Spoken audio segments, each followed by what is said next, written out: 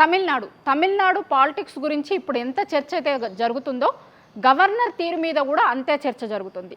Vijay, TVK party, governor ఈ మూడింటి చుట్టూ ఇప్పుడు రాజకీయం అంతా కూడా తిరుగుతుంది. గవర్నర్ ప్రవర్తిస్తున్నటువంటి తీరు మీద అందరూ కూడా చర్చించుకుంటున్నారు.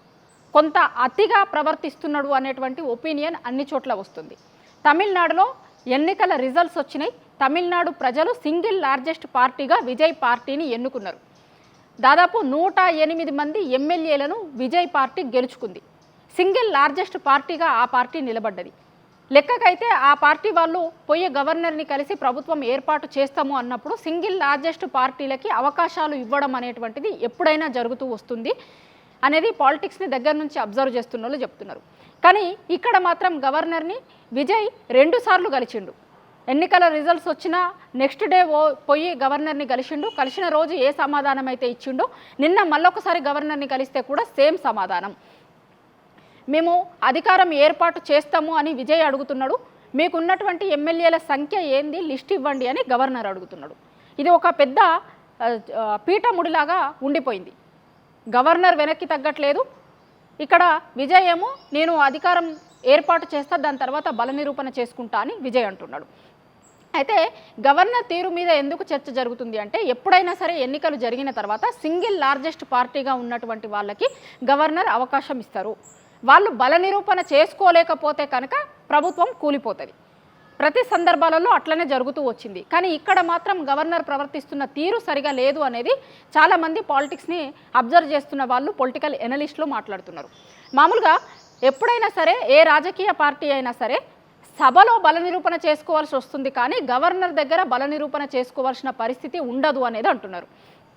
మామూలుగా గవర్నర్లు మీకు ఉన్న ఎమ్మెల్యేల లిస్టులు ఇవ్వండి అని అడిగితే ఒకవేళ విజయ్ కనుక ఎమ్మెల్యేల లిస్ట్ ఇచ్చి గవర్నర్ దగ్గర బల నిరూపణ చేసుకుంటే సరిపోతుందా? ఇంకా ఫ్లోర్లో బల నిరూపణ చేసుకోవాల్సిన అవసరం లేదా? ఇట్లా ఉంటాయా ఎప్పుడైనా పాలిటిక్స్ అని అందరు మాట్లాడుతున్నారు. ఎప్పుడైనా సరే గవర్నర్ల దగ్గరికి పోయి గవర్నమెంట్ ఫామ్ చేస్తాము అని చెప్తారు. గవర్నమెంట్ ఫామ్ చేసిన తర్వాత ఫ్లోర్ టెస్ట్ చేయాల్సి ఉంటుంది. అక్కడ ఎమ్మెల్యేల బలాన్ని నిరూపించుకోవాల్సి వస్తుంది. కానీ ఇక్కడ మాత్రం ఏం జరుగుతుంది అంటే గవర్నర్ నాకు మీకున్నటువంటి ఎమ్మెల్యేల లిస్ట్ ఇవ్వండి అని అడుగుతున్నాడు. అది ప్రజాస్వామ్యబద్ధంగానే జరుగుతుందా ఇప్పుడు జరుగుతున్నటువంటిది అంతా కూడా అనే చర్చ ఒకటి జరుగుతుంది. గతంలో చాలా రాష్ట్రాలకు సంబంధించినటువంటి వాటి విషయంలో కూడా గవర్నర్ల తీరుపైన చాలా సందర్భాలలో ఇట్లాంటి చర్చలు జరిగినాయి. ముఖ్యంగా ప్రాంతీయ పార్టీలు ఉన్న దగ్గర గవర్నర్లు వ్యవహరిస్తున్నటువంటి తీరు మీద డే 1 నుంచి చర్చ జరుగుతుంది చాలా రాష్ట్రాలలో. ఇప్పుడు మనం ఢిల్లీలో చూసినాం. ఢిల్లీలో లెఫ్టినెంట్ గవర్నర్ ఉంటుండే. అక్కడ ఆయన ప్రవర్తించినటువంటి తీరు పట్ల అరవింద్ కేజ్రీవాల్ మాట్లాడినటువంటి మాటలని ఇప్పుడు ఎగ్జాంపుల్గా చెప్పుకుంటున్నారు. అక్కడ ఉన్నటువంటి గవర్నర్ ఆ ప్రభుత్వాన్ని ఇబ్బంది పెట్టేలాగా చాలా ఇష్యూస్ని తెర మీదకి తీసుకొని వచ్చినాడు అని. ఇంకా తెలంగాణలో గతంలో మనం చూసినాం.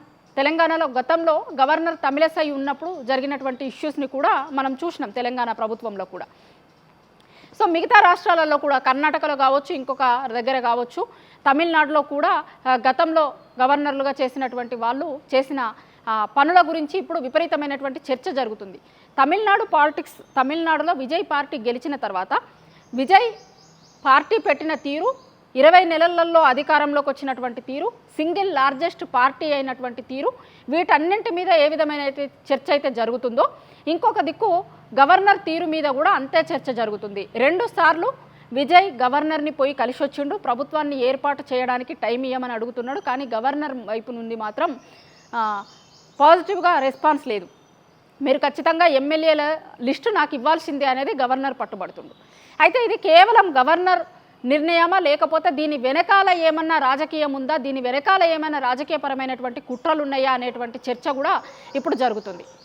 ఎందుకు సింగిల్ లార్జెస్ట్ పార్టీగా ఉన్నటువంటి పార్టీని పిలవకుండా ఎందుకు లేట్ చేస్తున్నారు అనే చర్చ జరుగుతుంది. ఆల్రెడీ విజయ్కి చాలామంది సినిమా వాళ్ళు కూడా సపోర్ట్ చేస్తున్నారు. నిన్నటి నుంచి మనం చూసినాం. ప్రకాష్ రాజ్, కమల్ హాసన్, ఖుష్బూ, విశాల్ వీళ్ళందరూ కూడా గవర్నర్ని విజ్ఞప్తి చేస్తున్నారు. సింగిల్ లార్జెస్ట్ పార్టీ అయినటువంటి విజయ్ పార్టీకి గవర్నమెంట్ని ఫామ్ చేసేందుకు గవర్నర్ అవకాశం ఇవ్వాలి, వాళ్ళని ప్రభుత్వాన్ని ఏర్పాటు చేసేందుకు గవర్నర్ పిలవాలి అనేటువంటిది వీళ్ళందరూ కూడా నిన్నటి నుంచి సోషల్ మీడియా ప్లాట్ఫామ్లలో మాట్లాడుతున్నారు.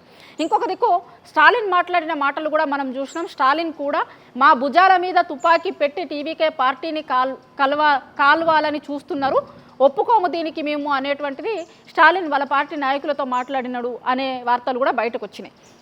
అందుకే స్టాలిన్ బయటకు వచ్చి మేము వాళ్ళకి టైం ఇస్తాం, తమిళనాడు ప్రజలు వాళ్ళని ఎన్నుకున్నారు కదా, వాళ్ళు ఎట్లా పాలన చేస్తారో చూద్దాము అని స్టాలిన్ మాట్లాడుతున్నాడు అనేటువంటివి కూడా చూసినాం మనం. డిఎంకే అన్నా డిఎంకే కలిసి ప్రభుత్వాన్ని ఏర్పాటు చేస్తారు అనేటువంటి చర్చలకే తావీయకుండా స్టాలిన్ విజయ్ పార్టీని ఆయన పాలన ఎట్లా ఉంటుంది చూద్దాము అనేటువంటిది మాట్లాడుతున్నాడు అంటేనే వీళ్ళు ప్రభుత్వాలను ఏర్పాటు చేయడానికి సిద్ధంగా లేరు అనే ఇండికేషన్ ఇచ్చినట్టు అయింది. ఆయన కూడా ఇండైరెక్ట్గా గవర్నర్ తీరుపైన మాట్లాడుతున్నట్లే ఇండైరెక్ట్గా Vijay party single largest party అయింది కాబట్టి వాళ్ళని ముందు పిలవండి అనేటువంటిదే స్టాలిన్ మాటలలో కూడా వినిపిస్తుంది అనేది తమిళనాడులో ఉన్నటువంటి వాళ్ళందరూ కూడా మాట్లాడుతున్నారు. సో ఇవాళ తమిళనాడు పాలిటిక్స్లో గవర్నర్ ప్రవర్తిస్తున్నటువంటి తీరు పట్ల మళ్ళీ ఒకసారి తమిళనాడులో గవర్నర్ తీరుని, మిగతా రాష్ట్రాలలో గవర్నర్ల తీరు పైన విపరీతమైనటువంటి చర్చ జరుగుతుంది. ముఖ్యంగా ప్రాంతీయ పార్టీలు బలంగా ఉన్నటువంటి చోట్ల గవర్నర్లు ప్రవర్తిస్తున్నటువంటి తీరుపైన కొంత గవర్నర్లు అతిగా ప్రవర్తిస్తున్నారు అనేటువంటి చర్చ అయితే జరుగుతుంది.